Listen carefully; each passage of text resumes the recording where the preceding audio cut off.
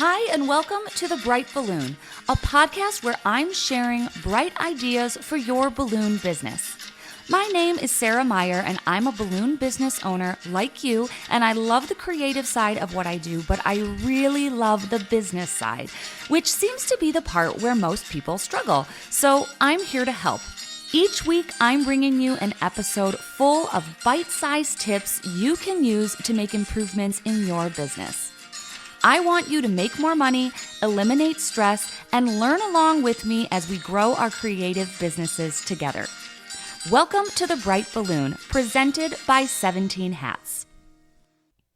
Hello and welcome to your monthly bonus episode. This is the episode each month where I chat about what we are talking about in the book club. So if you are unaware, there is a $5 paid option for this podcast, and that unlocks 3 bonus episodes each month, and now an in-person Zoom chat where we chat about the books that we are reading. So every month I read another business or self-development book, and then I make episodes about what I am learning. So today I am excited to talk about the passion economy and also talk about how our first little Zoom meetup went. So I'm excited to get into those details, but first, I just wanted to make a little announcement that I am teaching a class in Texas, and I'm really excited. It is a Qualitex class, and it is an all-day hands-on workshop, so it's going to be really fun.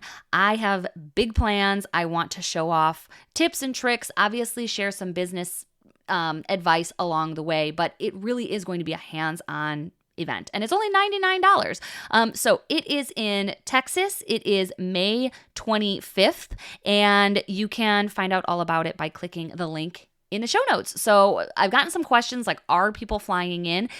Yes, I do know of a couple people that are flying in. I mean, I obviously am flying in from Wisconsin, but because the workshop itself is only $99, a couple people have told me they decided to get a flight and fly in for the class. So if you're not in Texas, you can still attend, and it's going to be really, really fun. I'm very excited. So with that, let's take a quick break. Let's hear from a sponsor, and then let's get into this month's book, which was The Passion Economy. If you haven't checked out Havin a Party Wholesale by now, what are you waiting for? They have all of the brands that we know and love as balloon professionals, and they even offer free shipping on orders over $200. So the next time you need balloons, make sure to check them out. You can click the link in the show notes and tell them that the Bright Balloon podcast sent you. All right, welcome back. So let's do a quick overview of the passion economy. My understanding, my big takeaway is this idea that the traditional economy, this idea of getting a job, working that job, retiring from that job, and then getting a pension from that job, that literally doesn't exist in our society anymore. A lot of those jobs that 50 years ago when our grandparents were working them were really stable, a lot of those jobs don't exist anymore. A lot of them have been replaced by technology or robots or computers or factories. So while, my grandpa was able to make a living working in an office as a salesman, probably that job doesn't exist anymore, right? That has been automated or outsourced, or now they just have a website that's making those sales. So this idea of doing these, I guess, dependable jobs that you maybe don't like, but they're safe and they're solid, so you should just keep doing it. Basically, that whole economy is gone. It doesn't exist. So you're better off doing something that you actually enjoy, that you're passionate about, and kind of operating under this new normal of rules. So that's what this book was about. And it lays out these rules of the passion economy. I'm not going to go into all of them because that's what the book club is for. That's what those episodes cover. But I do think it is fun to share my biggest takeaway. So for me, it was this idea of avoiding becoming a commodity. So one of my favorite case studies from the book was a pencil factory or company. They made pencils. They made number 2 pencils. It was a family business, and for years and years and years, they were really successful. But because of the way that, travel and trade and shipments changed, eventually these cheap number 2 pencils were arriving from China, and they were like a penny.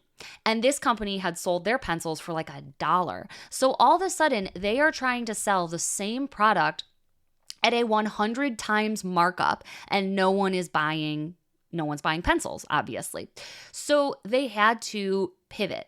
And the problem was it was a commodity. They were selling pencils, and so were these Chinese imports. They were pencils, and they worked just as well. They were the same model, same make, they looked the same. They were pencils. So what did they do? They did not double down and try to just like market harder and sell better and convince people that $1 pencil was better than a 1-cent pencil.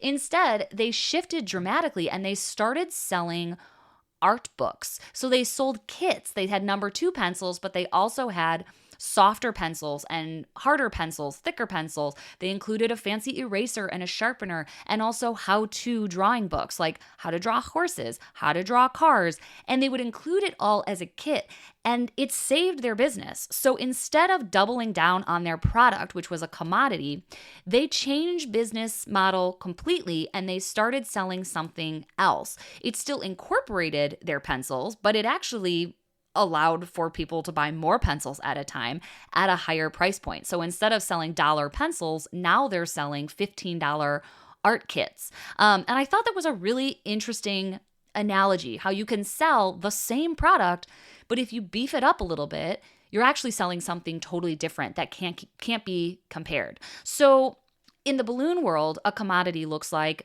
I sell grab-and-go garlands for $100. So do all of my competitors, and they're all about the same price. So probably that the client is going to go wherever is closest or whoever they know, word of mouth. Another commodity would be like a balloon arch. If I sell a balloon arch for $350 and my competitor sells it for $200, they're going to get the sale every single time. And I am in direct competition with someone who's undercutting me. So that is not going to be good for, well, frankly, either of us. But in this situation, me, like I'm just going to have to keep lowering my prices in order to compete. So the book suggests that we eliminate that path. We just get rid of that commodity mentality and instead change what we're selling. So if I had to do that in my business, I sell convenience. I really do. And I think the last time I went to Party City to buy balloons in a pinch, that was the first time that I really realized that that was true. It was the first time I was in Party City and I wasn't viewing them as my competitor, because they're really not. The people in line at Party City were never going to order from me. In fact, I just did an install this weekend and it was helium bouquets. It was 11-inch balloons, helium inflated and delivered to a big ballroom. And there was a Party City about 10 minutes away, but these people chose to book me. And I believe it's because I was able to deliver. I was able to fit all those balloons in my van. I was able to communicate. Could they have gotten them for like half the price at Party City? Absolutely. But they didn't care about that part. They cared about the convenience and the experience. And I was able to provide that while Party City was not. So this idea of trying to think about what we sell not as a commodity, but as an experience. Like, what are we actually selling? Is it a balloon arch, or is it the convenience of having a balloon arch set up at your venue before you even get there? Are you selling helium balloons, or are you selling a hands-free experience where someone could book you online and not have to think about it? Or maybe you're less about convenience and more about quality. In that case, are you selling helium balloons that they could have gotten at Party City? No, probably not. You're probably selling double stuffed helium balloons where no one else was willing or able to match their very specific color. Or are you selling an arch, or were you able to sell a custom balloon arch with like twisted elements that nobody else in your area can do? So avoiding this direct price comparison because you're a commodity was my biggest takeaway. I think that's such a smart idea, and the book was full of case studies of businesses that have pivoted and done this really well, and it really motivated me. Another example from the book, I'm not going to share the whole story, but an idea of a wine distributor. They were selling wine in an aisle full of wine, and they wanted to stand out. So they had a smart marketing person on their team who decided to move the wine over to the flowers, and they made like a little display, and they presented this wine as like what you drink with your girlfriends on a girl's getaway or like a summer evening, right? Like they made it an experience, and grab the flowers while you're there. Also, this pairs well with this nice cheese and dried fruit. Like just grab all your stuff right here and plan your next girls night. So they were selling wine, probably the same old wine that's like every other bottle of wine, but they were able to relocate it in the grocery store to create this experience almost in their customers' heads, which convinced them to buy. So that was another example of how wine versus wine is a commodity, but wine versus the perfect, crisp option to drink with your girlfriends at a getaway. Like that's like a whole different vibe. So I think that's really smart marketing and very interesting. So I loved all of the information about the commodity. Another way that you can do this is by offering packages. So it's a lot harder to compare apples to apples when you're putting things together in a package, right? Because what's really in my package is it's 2 balloon garlands, and it's a frame, and then there's some marquee numbers, and no one's really going to take the time to like pull all those elements apart to come up with an a la carte price. They're just going to see like, oh wow, this balloon person has this standalone package that I can just buy and be done, and I don't have to plan anything else, versus going to your competitor and trying to find those same items and price hunt and figure it out. Like, forget it. It's just too much energy. So packages are another great way that you can avoid being a commodity. And that's essentially what the pencil people did. They created pencil packages. Who would have thought? But instead of selling pencils, they now sell a whole package where you can get the book, the instruction manual, the pencil assortments, the eraser, the paper. Like they sold a whole package. So I thought that was a really interesting point from the book and my number one takeaway. So let's take a quick break. Let's hear from our second sponsor. And then I have a couple more insights to share from the Passion Economy. Competition in balloon decor is fierce. It's so easy to just get started in balloon decor, but it takes a lot more work to get to that middle position in the market, to get to that top position in the market. If you're hustling in a market and you're trying to fend off the new competitors that are popping up, I would love to help you get a strategy and a website and some local search engine optimization in place that's going to help your business grow fast. Hello, my name is Jeff. I am the owner of Balloon Suite, and I would love to have my team help you get ahead or stay ahead of your competition. You can check us out at balloonsuite.com. We have plans and pricing there, or you can feel free to give me a text at 206-488-1871. All right, welcome back. Now, in our Zoom book club meetup, I don't know what to call this. I need to come up with a better name. Zoom chat in person is confusing because we're online. I don't know. We got together for a virtual book club. Oh, that's a good name. Virtual book club. I'll call it that. So anyway, we were on this call. There were 5 of us on the first call, which was great. And Travis, who I've mentioned multiple times now, he recommended The Passion Economy, and he read it, obviously. I also read the book. The other 3 people on the call had not read the book, and we still had an awesome conversation. So if this month you join the book club and you want to hop on the virtual book club chat, you can do that. And even if you haven't read the book, you don't have to sweat it. Like, we had such good conversation. It wasn't like a book report, right? We're not there to like go chapter by chapter and quiz people. It's really just a starting point to then have a conversation. So one of the things that came out in our conversation was actually a point that Travis made, which was about creating an experience for your customers. So he has experience in flowers as well. And I can't remember. I think he said they took like a workshop. And the person they were taking the workshop from made this point of like, when you bring out the flowers, you hold them in a certain way. You present them in a certain way. You treat these flowers like they are the most beautiful, precious, incredible thing you have ever made. And then you hand that to your client. And then they will kind of like adopt your gratitude and your appreciation. Like, oh my gosh, it is so beautiful. Anyway, that just kind of sparked a lot of thought in me. Like, what are little things that I could do that heighten the experience for my customers? Like, what can I do with my presentation or with my communication or with my website? Like, what are these little tweaks that I can do that just elevate the experience? So one of the things that I see online, which I have one coming up, I'm very excited, is when people get these ginormous helium bouquets. Like, they're huge, right? And just like the reaction when you walk in with one of those is like a whoa moment. So how do I present that? What do I say when I get to their door to deliver? Like, what can increase the value for basically literally no dollars, right? Like, we can do things, we can perform in a way that actually makes the balloons seem like they're more expensive than they are. Or what are things that I can do on site to increase my professionalism? Is it what I'm wearing? Is it how I look? Is it what I say when I get there? I'm pretty casual. Maybe I need to be less casual and like start with a very direct handshake and introduction and not skip that part and really make my client feel very special.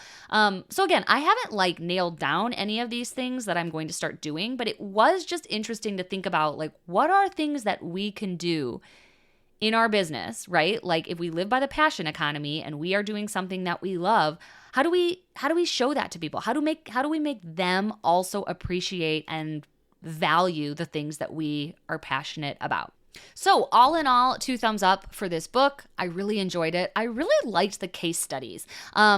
Most of this book was just stories about companies who have implemented a lot of these ideas and concepts. So we heard about a company that makes brushes, like super random, like cleaning brushes and utilitarian brushes, and talked about how they kind of leveled up and eventually evolved into a company that makes carpet tiles for walls. Like, it was a crazy story, but it all made sense because they just pivoted when they needed to. The pencil one was definitely a takeaway. The wine placement, I thought that was really interesting. There were a bunch of other case studies in there. And for me, I really like when I have applications to theories, right? Like, it's not enough to just like list out a bunch of rules, but when the author then goes to show and demonstrate like how those can have an impact on real businesses, I definitely enjoyed that. So that was our April book of the month, and you can go back and listen to all those episodes if you are interested.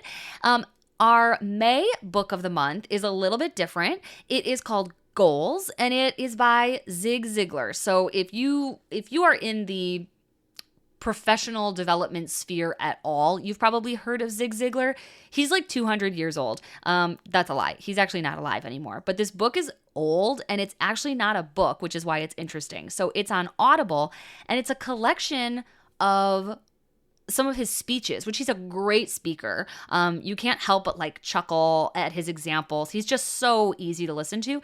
And it's all about goal setting. So really good timing. We just finished the first quarter, and it's a good time to kind of check in on our goals. Some of you have probably forgotten your goals, or you didn't set any goals. So this next book is all about what you actually have to do to achieve them. And it's a cool book. I'll get into more why I'm really liking it in some of those book club episodes, but it's almost like the counterpart to You're a Badass at Making Money. That was another book that in a roundabout way was about goals, but there's a lot of comparisons that I'm going to make between You're a Badass at Making Money, which is like the most woo-woo manifesty book that you could ever read, and then this book, which is highly practical, not at all woo-woo. It's just highly, highly practical. But again, I can't wait to compare the two and also talk about my takeaways from this book. It's called Goals by Zig Ziglar. It is on Audible. So again, highly recommend. I am a good chunk of the way through, and I'm finding it really, really motivating. Again, like I said, because of the time of year, I feel like a lot of times I'm very focused on goals in like November, December, and January. And then the rest of the year is just kind of like hoping I hit my goals, but like forgetting what they are or needing a refresher. And I feel like this book is going to do that. So I have pulled out my planner where I have all my goals written, and I am going to evaluate some of my baby steps that I've taken along the way. This book actually has me evaluating what some of my goals really are. Like, maybe they're not goals that I really want to focus on right now. So more to come. That will be the May book of the month, and that first episode will come out on Sunday. So the link to join the book club is in the show notes wherever you're listening. It's also on thebrightballoon.com, and that is my brand new website. It was taken over by Asset Lab. Balloon Suite redid it, so you can go and check that out as well. All right, that is it for this month, and I will see you in the next one.